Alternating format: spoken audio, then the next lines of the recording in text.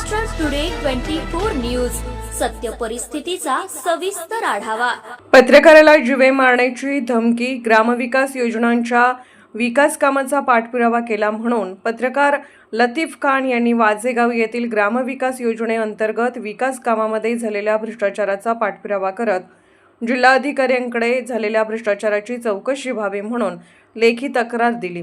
यावरून वाजेगावचे सरपंच व त्यांचा पुतण्या यांनी संगनमत करून रात्रीच्या सुमारास पत्रकार लतीफ खान यांना अडवून जीवे मारण्याची धमकी देत सांगितले की रमजान ईद झाल्यावर तुला खलास करून टाकू अशी धमकी दिल्यावर पत्रकार लतीफ खान यांनी ग्रामीण पोलीस ठाणे येथे तक्रार दाखल केली आहे।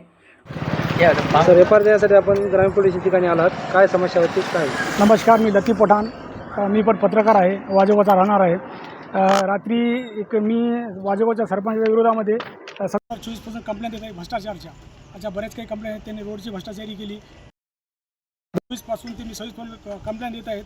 त्याचा एक शेख जावेद पिता असा एक दिशा त्यांनी रात्री 12:15च्या सुमारात मी देगलूर नाका ते वाजेगावला येत होतो, तेव्हा त्यांना मला ब्रिजवरती आडून इसम 2 मुले अनोळखी 2 मुले होते, त्यांच्यासोबत मला धमकी वगैरे लावून तुला जीव मारतो तू वारंवार आमच्या सरपंचा विरोधात तक्रार द्यास माझ्या म्हणून मला जीव मारण्याची धमकी दिली।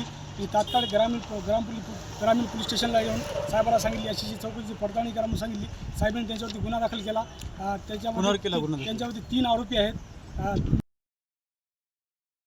शेख जावेद याचा एक आरोपी आहे, त्याच्यामध्ये 2 एक सरपंचाचा पुतण्या आहे वाजेगावचा जमील आमिर हमजा, याचा पुतण्या आहे तो दिशांत, आणि त्याचा अजून एक पुतण्या आहे। त्यांना सतत मला 2 वर्षापासून त्रास देत आहेत। मला महाराष्ट्र टुडे मराठीसाठी ब्युरो रिपोर्ट भीमराव हैबते, नांदेड।